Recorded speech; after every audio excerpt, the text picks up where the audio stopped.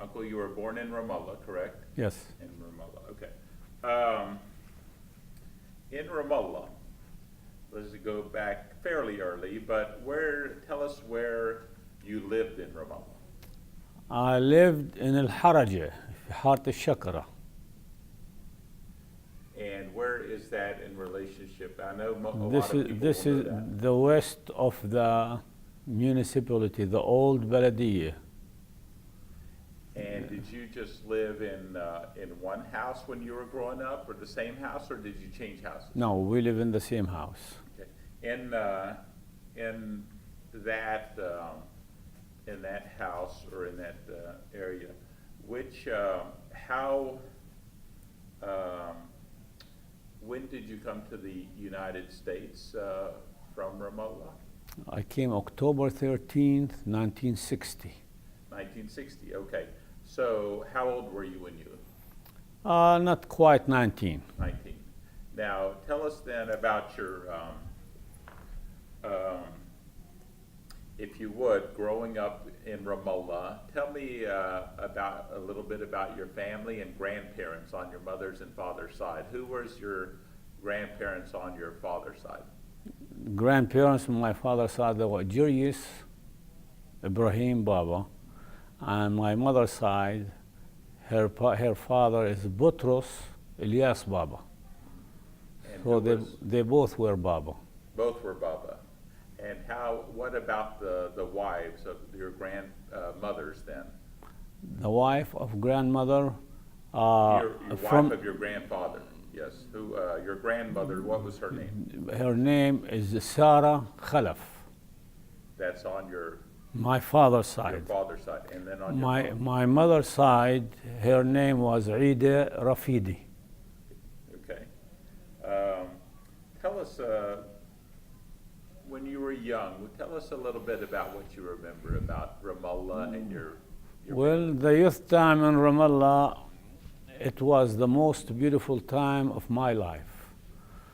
We used to work together, play together as a kids, go to school, come back, no stress, no pressure. No matter what you eat, you are very happy.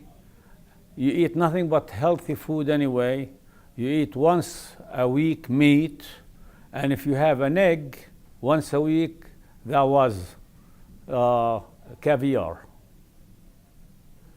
And so you, of course, had a lot of family and friends, school people that y'all would. What would your typical day be? Just playing and going to school and coming back and playing? Was there Well, anything else? it was playing, going to school, but at age 13, I started working at the Grand Hotel, the one that belonged to Aida Ode and Yusuf Ode.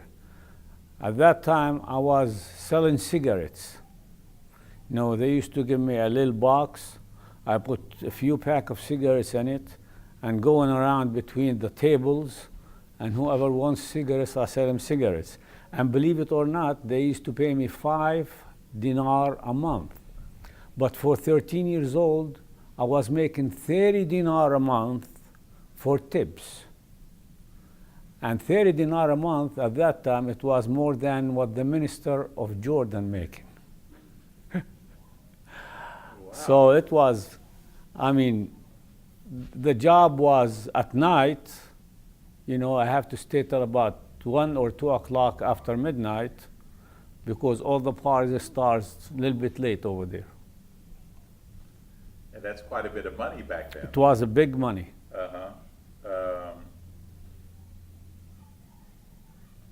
How about, especially the tips, I guess? What did you do with that money? Did you save it? Going to the family, going to my father. And you worked from that on, from 13 to what age did you work? I worked for about 2 years over there, 2 or 3 years. And then at the age of 16 and a half, I graduated from high school, not quite 17. And then I worked for a lawyer His name is Aziz Sehwail, for about 6, 7 months. And then after that, I took a teacher job at the Catholic school. Till I taught for about 9 months, 8 months, and then I came to the United States. Okay. When you were in school there, were you, when you were in school, did you go to the municipal school?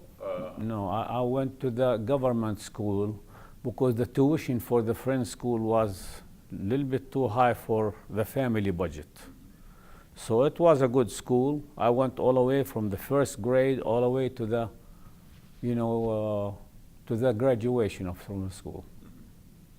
And in school, give us an idea of, in school, how big were the classes? How did y'all? Well, the classes at the early age, they were like 50 to 60 people in each class. Then when we grow up to the, like to the 10th grade, we got most of the small villages around school. They didn't have, their school was up to a certain class. Then all of them, they have to be transferred to Ramallah to go to school. So at the 11th grade, we had 5 classes for the 11th grade, and each class has about 65, 70 people.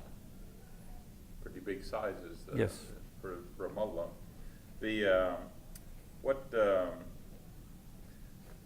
What do you remember as growing up in Ramallah about, of course, there's family and friends. What traditions stick out in your mind? Well, the traditions stick out in my mind. In 1955, they had, we had a little, it was from the English government.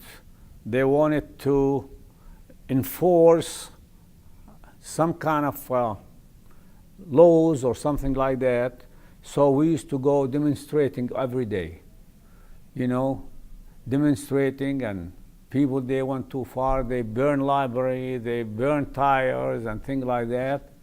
That was 1955. It was at the Eden time. He was the Prime Minister of England. And they were enforcing, because at the 1955, we were merged with Jordan. Okay? So we got the curfew, we got the, Jordanian army, they call him El Badu. They came, and enforced that law, enforced that curfew, and enforced that law to the country. Okay. And do you remember anything as far as the whole town or anything?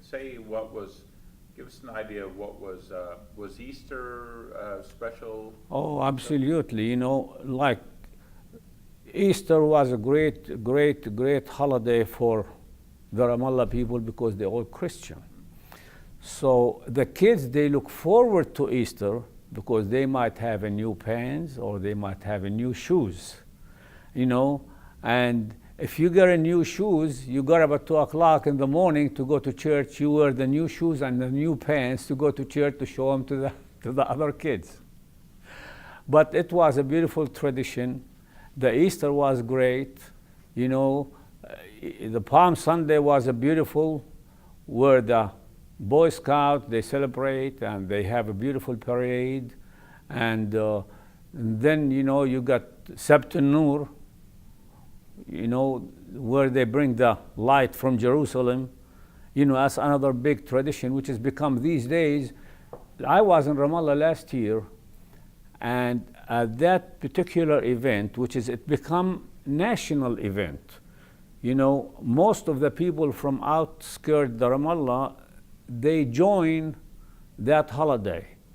And every Boy Scout group from each little village around, they come and join that holiday over there. So we had about approximately 40,000 people in Ramallah in the street celebrating that holiday. We had about 18 group of Boy Scouts from each little town. I mean, it was covering the whole street. It was a beautiful event. And this was last year. It was last year. When you were growing up, did you all have the parades and such like that? Sure, they have more organized parade. You know, we didn't have as many people as we got today, but the people, I mean, you have the spiritual. It's not just you going over there just like because it's a parade and you know, you just seeing another people and watching, but it was spiritual at that time. People, they were celebrating because it's a religious holiday. And anything else you can tell us about growing up? Any events that stick out in your mind? In Ramallah? Yes, in Ramallah. We didn't have any balls to play with, you know. So we used to go to the mother and she brings some cloth and she kept tying him and, you know, sew him and tie him till we have a ball made of bunch of old clothes. That's the one we used to play with. That's great. What about your house that you grew up in? Describe it for me a little bit. The house I grew up in, my grandfather, he went to Argentina. He immigrated to Argentina. He stayed over there about 20 some years. He came back, he brought little money. He built that house, which is 2 rooms with a bathroom outside. And then later on, we add another room in the front plus a nice kitchen. So that's the one we grew up in it.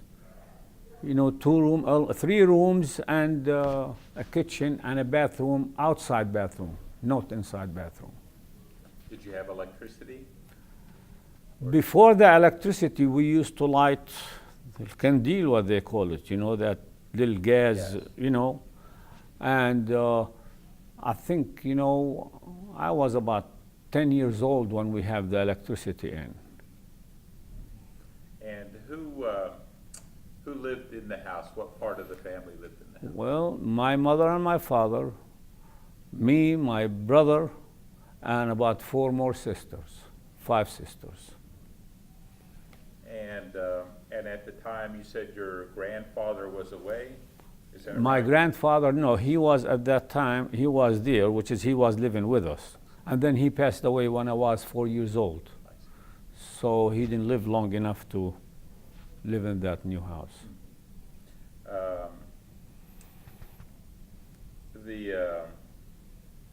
So that's, when you were growing up, that's the house you were born in and lived in until Right, you came to the till I States. came to the States. I see. Okay. Now, you had how many brothers and sisters? Actually, my mother, she had 14 brother and sister. And at that time, I mean, medicine wasn't very much, you know, available. So bunch of them, they passed away. So we were left 3 brothers and 3 sisters, you know. Now, bunch of them died too, so we are left now 2 brothers and 1 sister. When you were growing up in the house, did you share rooms with your? I guess you slept with your brothers in the same room, and your sisters were in a room, or how did y'all do that? No, sisters were in the room, brother were in the room, and each one of us has his own bed. And the room, they were large, so you could put about 6 beds in that room. So each person, yeah, I mean, it was a shared room for everyone. Okay. And you said electricity came when you were about 10 or so. And, Right. And you had outdoor plumbing. The bathroom was outside.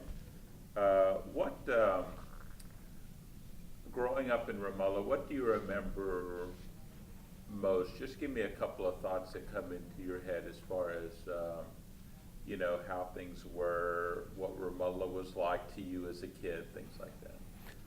Well, you know, when you were a kid, you don't think of that splendor time you lived over there and that beautiful time.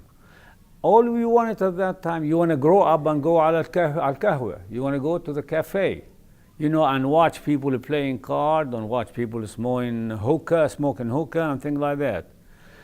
Then, it was, you have the cafe over here and then you have the farmer's market next to it. So, like everybody lived in one facilities. You didn't have no cars. I mean, 1951, 52, Ramallah has only 49 cars. That's including buses, trucks, private cars, and everything else. So you used to walk on the street with the pleasure. Nothing to worry about. Nobody blow a horn for you, or you don't worry about somebody gonna run over you. These days, Ramallah has about 3,000 taxi cab only. So imagine the change of the people living over there now. If they live the early ages in Ramallah, how the thing work changes to them from all the style of living. But we used to have a farm of fig trees and zatoon and inab. When we were kids, we used to go and stay 3 months during the summer out of school. We used to go to the farm, to the teen, stay over there 3 months, lock it at teen, pick up the fig trees and pick up the olive and the grape and everything else. And then, believe it or not, the water wasn't that much clean at that time. So my mother, they used to use an old remedy. She used to bring about 3 different kind of herbs. She boiled them real hard, and then she put them in a bottle. And every morning, me and my brother and the sister, that we were kids, everyone has to drink a cup of that, boiled herbs. So you won't catch no malaria, you won't catch no fever, you don't catch anything. And was that typical of most of your friends did the same thing in summer? They would go to their... Yes, they go to the farm, to the fig farm, and they stay 3 months, and they pick up all the... I mean, that was a source of living. Actually, at the Turk time, that was the most source of living for the people living over there. You get some fig tree, you dry them, you make, dry figs, and then you sell them, and you buy your daily use of the living. And so tell me what if say you were at picking the figs or the olives, give me what a typical day in a short time, what your day might be like.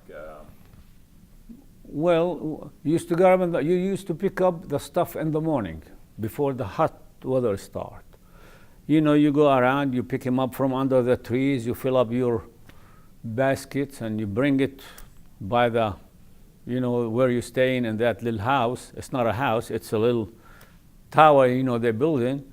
And then the rest of the day, either you just play around, either you go hunting with a slingshot, or you just kill the time like that, and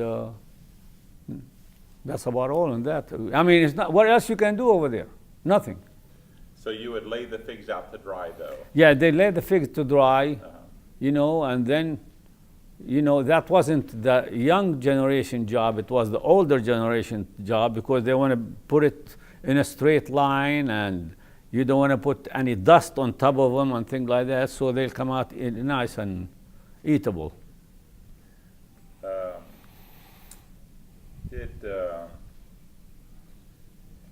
When you were there as a youngster, you were there during 47, 48. Tell us what you remember about that time, about when the war was happening, things like that. What do you remember about that time? Well, I remember one incident. I think it was after the 1948. The Israeli plane, they came and bombed Ramallah. you know. And one guy not too far from our house, you know, he was Englishman and he lit a cigarettes. I don't know.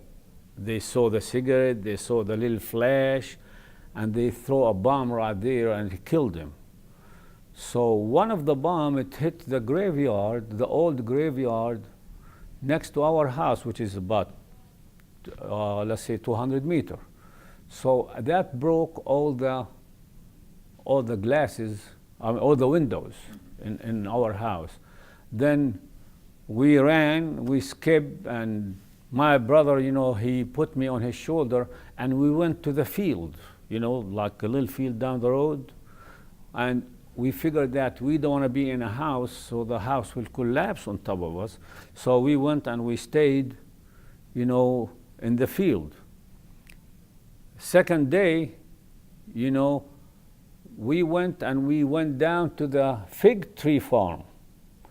And we started sleeping in a cave because we figured we don't want, you know, we don't want to be staying in a house or in that little tower where we live in, and the whole thing will be caving on us. So we started living in a cave. After that, we came to Ramallah, and I think my father, you know, he figured that we need to go to Taiba. You know, it's a little town east of Ramallah, in case they bomb Ramallah again, that we would be closer to Jordan, be closer to Amman. But after that, you know, we went back to Ramallah. What about the time, you may not recall, but do you recall, say, before the war? Were things tense? Was it just everyday life, or what was... Before 1948? Yeah, that's right, yes. Well, before 1948, we were kids playing on the street, and then all of a sudden, bunch of people from Europe, they start coming to Ramallah. I think that was the Jewish immigration, you know, and they used to call themselves Bologna, you know, like from Poland. But, you know, I think they were Jews. And they were staying in Ramallah. They bring their kids and everything else, and they stay in Ramallah. They call themselves Bologna, and I think that was part of the Jewish immigration from 1939 to Palestine. And what about, can you tell me anything about any British presence in Ramallah during that time or before that time? Yeah, when they were leaving, you know, the British, you know, they had the main road going toward Jaffa and Haifa. And we used to go over there, stay on the street, and tell the army, that British army, Biscuit. You know, they used to throw us a box of, you know, like little wafer or things like that. And that's why we were going and telling Biscuit, they throw us that little wafer. And if you catch one of those wafer, that was the biggest feast you got for the... Now, at the time, was there any talk, like when Israel was created, was there any talk of, was it tense? Was it normal? I mean, if it was tense, as a 6 years old kid, I mean, you can't tell the difference. Mm-hmm. If it was tense and I mean, too young to know what the situation is. Sure. Now, what about, so you grew up, when your father, what did he do in Ramallah to make a living? 1948, 47, before the war, my father and two more guys, they used to have a butcher shop, you know, laham.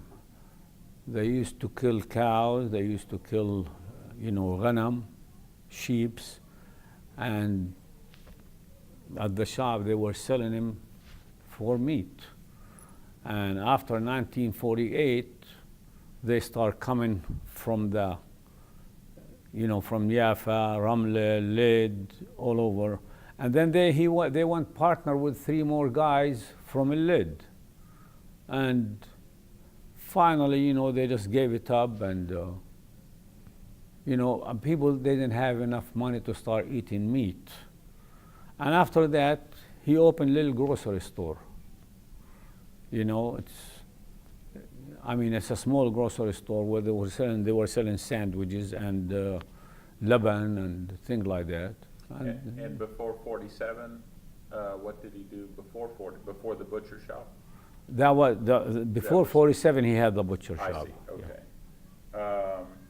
Now, talk about school there. You went to school in Ramallah until you were how old? When I went to school, I was 6 years old. 6 years old until when? And till I graduated from the high school. And at that time, you know, we have the English system. You have the metric. I mean, like now, they have what they call tawjihi. Tawjihi, you have to go out. But at that time, we used to have up to the Khamis Thanawi. At the end of the Khamis Thanawi, you have to go for the metric test. And that's a national, you know, test for everybody in the country. Then, you know, you pass, then you apply for jobs. And the only job available at that time is teaching. You know, what else? You can't do anything else. And no computer at that time, no offices or things like that. So I taught for, just like I said before, for 8 months.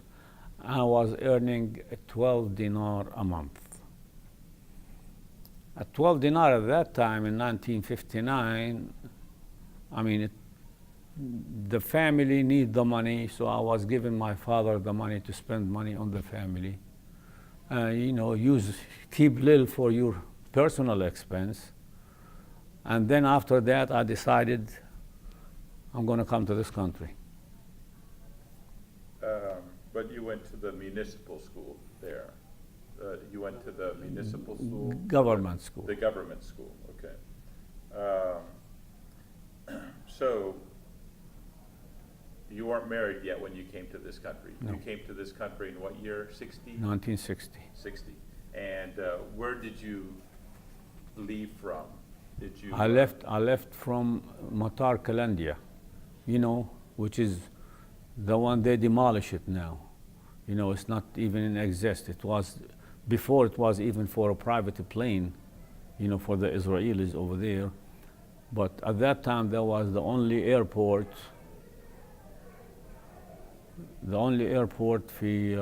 in Palestine. So I left from there. And from there, you went from Yeah, airplane? we went from Kalandia's airport. We flew to Beirut. And at that time, we didn't have no money. So I bought the ticket on credit. And 1960, the ticket on credit one way, he charged me $1,165. Well, I didn't have any choice, you know. I take it or leave it. So we stayed one night in Beirut. Then from Beirut, we went to Brussels, Belgium. In Brussels, Belgium, you know, we're supposed to be leaving like 6 o'clock in the afternoon. You know, something wrong with the plane. They made us spend one night in Brussels, Belgium. We went up the second day to leave, and they say everything is fine, go ahead and get on the plane. By the time we got on the plane, said, no, I'm sorry, you know, something else is wrong. Get out of the plane and we'll board later on. So we stayed another 4 hours. Finally, we board. So I came to New York. From New York, you know, at that time, you know, I wore a very thin shirt. In October, it's cold in New York. You know, we used to have like, you know, if you wear one of those shirts in Ramallah, you know, that's luxury. Okay? I landed in New York and I froze my brain out. That was cold, cold. And from there, I'm supposed to go to Jackson, Mississippi. So Delta Airline, at that time, from New York to Delta, we had 4 or 5 stops. And every time the plane landed, I thought we are in Jackson, Mississippi. I got up and I want to leave. That hostess, she told me, sit down, you haven't got to Jackson yet. And I did not tell my brother and my cousin they were there. They were living in Jackson, so I was going to Jackson. I came over without telling him. You know, I landed in the airport, I didn't know how to use the telephone. So I came to a black guy and I asked him, I have a nickel, you know, they gave me a little change. They gave me $20 when I left Ramallah. I spent $12. I landed in Jackson, Mississippi with $8 in my pocket. So I gave the black guy a nickel. I said, please call this number for me. They answered the telephone, and he said, where are you calling from, my brother? I said, look, I'm at the airport in Jackson, Mississippi. Come and pick me up. You know, that was a real surprise. And then from there, we just went working. And in Jackson, Mississippi, when you arrived there, how long did you stay there? We stayed in Jackson around 8 months. Then we moved. You know, we were working as a peddler. You know, from house to house, from place to place, selling material and bed sprays and things like that. And the business in Mississippi at that time, it wasn't that hot. So we moved to Shreveport, Louisiana. We stayed in Shreveport, Louisiana about a year. Then we came down to Houston and we bought a store over there. We bought a grocery store. In 1963, we bought a grocery store in Houston, and then we moved to Houston. Mm-hmm. And when did you get married? I got married, after 5 years, I went back home. I got married, and I came back. And your wife's name, your full name? Layla Baba. Layla Baba.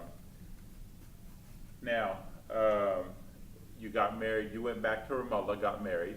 Yes. Did you take a honeymoon? Yeah, Al Kbebe. You know, there is a little place, you know, west of Ramallah. It's used to call it Al Kbebe. You know, it's a little monastery, and they have some, you know, some rooms just like a hostel. So everybody there, you know, used to go for a honeymoon, used to go to Al Kbebe. So that was a very popular place. And once you tell me a little bit about when you went over there, you knew who you were going to marry or no? Went from Houston to Ramallah? No, I didn't know. But you know how is the family, and she's my first cousin. You know, her father and my mother, they are brother and sisters.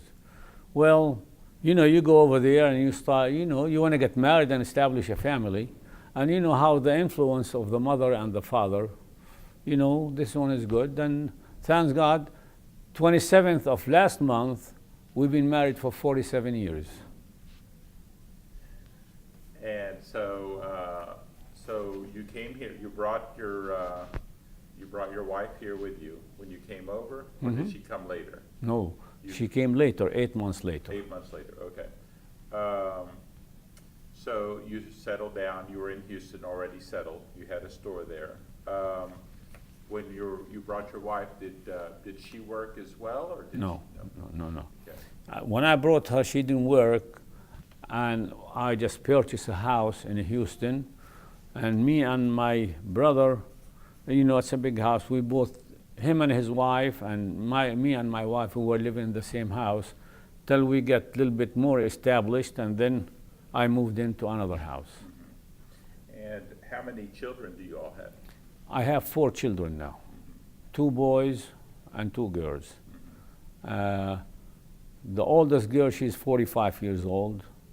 Then I have my 2 boys. The oldest boy is 43, 44. Then I have a girl, you know, 40, 42, and then the last one is a boy, he's 40.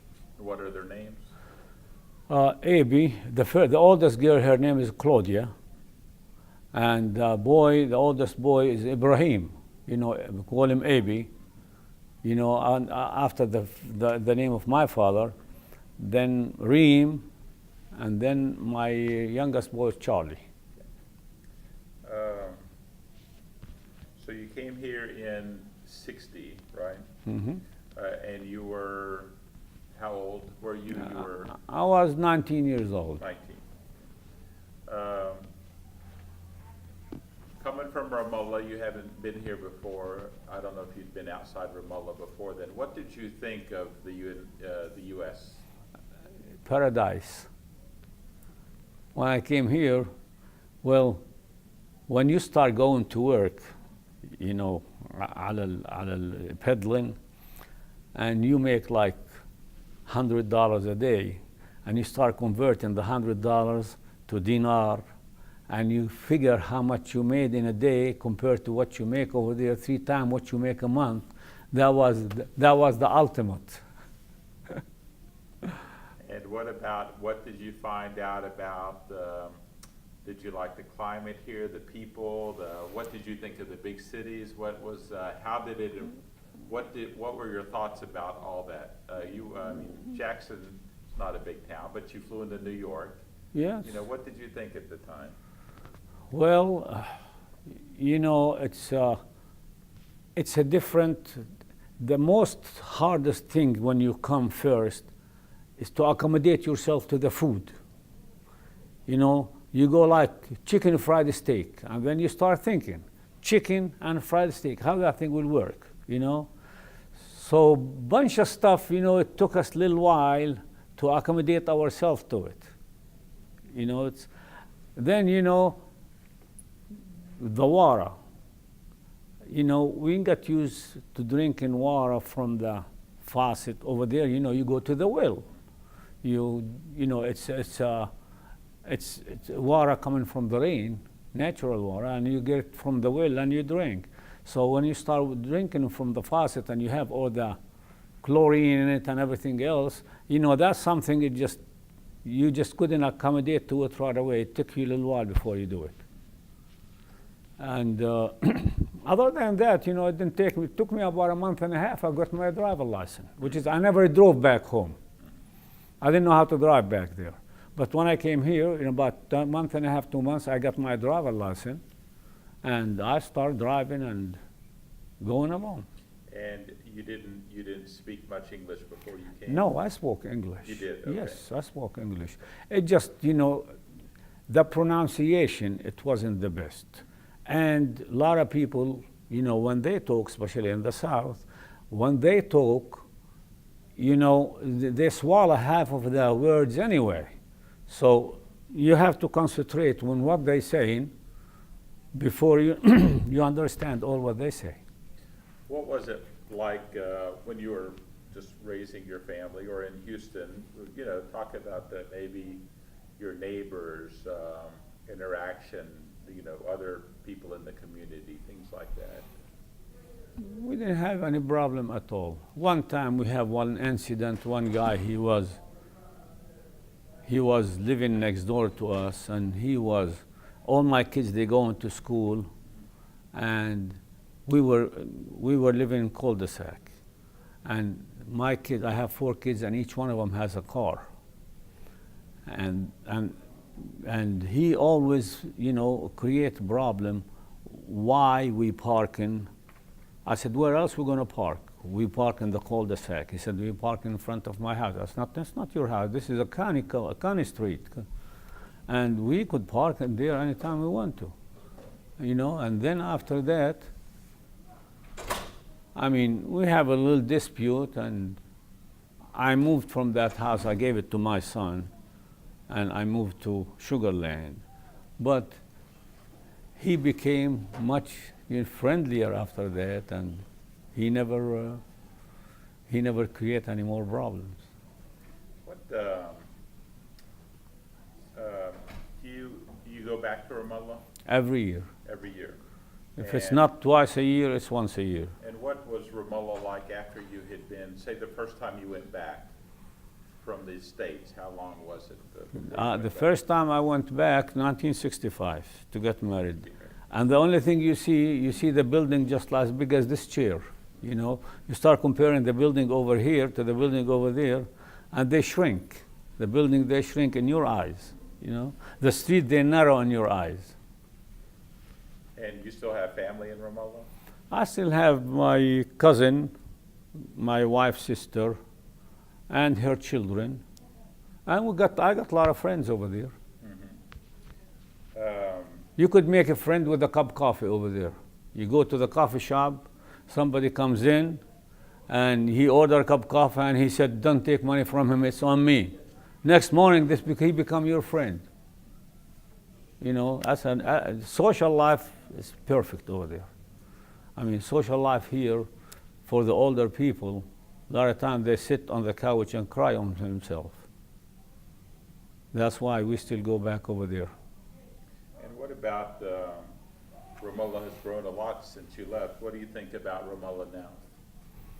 Well, you know, in our heart, if it grows or it don't grow, Ramallah stay Ramallah. You know, like in my spirit, Ramallah is my hometown, and I love to go to Ramallah. No matter who comes to Ramallah, no matter who goes out of Ramallah, still Ramallah is my town.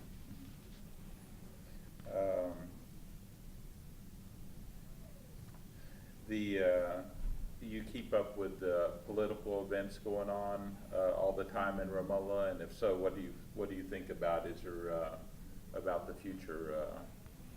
Well, the future, we cannot decide. The future is in the hand of the Israeli right now. If they want a peace, we'll say yes. If they don't want no peace, we didn't have any choice. But the people over there, they are living in poverty. They are living under a lot of pressure. They are just, I know a lot of people in Ramallah, which is Jerusalem, is only 9 miles. And a lot of people in Ramallah, they haven't been in Jerusalem for the past 35 years. They can get the permission to go to Ramallah, and if they don't have no permission, they cannot go to Jerusalem. So actually, they are just living in a big prison. Is there anything I didn't ask you you'd like to comment on? No, everything. I think we cover up all the history and the present time and the past, and I thank you very much to give me the opportunity.